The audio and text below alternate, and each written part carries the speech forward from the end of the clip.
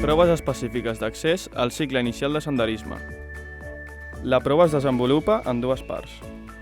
En la primera prova es valorarà saber quin és l'equip adequat i materials tècnics personals necessaris per la progressió en baixa muntanya, com és roba de muntanya adequada, tèrmica i impermeable, botes de muntanya amb protecció i sol adherent, motxilla amb capacitat suficient per al material i equip personal, brúixola, beguda i menjar suficient, farmaciola individual, protecció solar, protecció per al fred, llapis i telèfon per contactar en cas d'emergència i documentació acreditativa.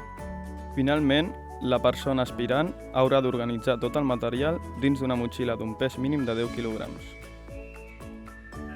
Segona prova. Progressió i resistència per al terreny de baixa muntanya. Consistirà en progressar per terreny variat de baixa muntanya, demostrant resistència i agilitat, superant els obstacles naturals, mantenint-se dins del traçat establert i amb l'equipament personal adequat. Desenvolupament de la prova.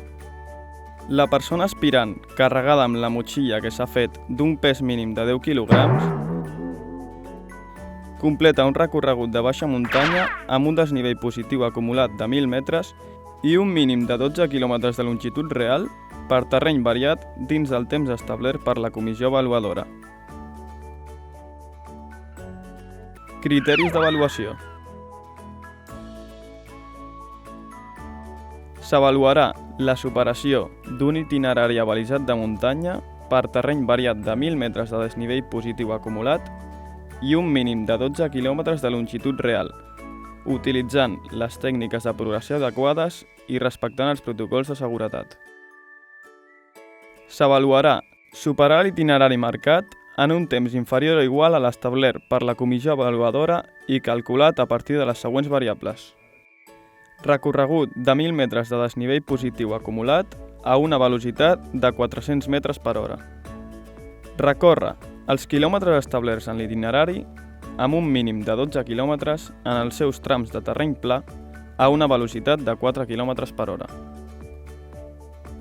Complir el recorregut en el temps establert d'acord amb els criteris anteriors que podrà ser incrementat en un 20% en funció de les condicions existents.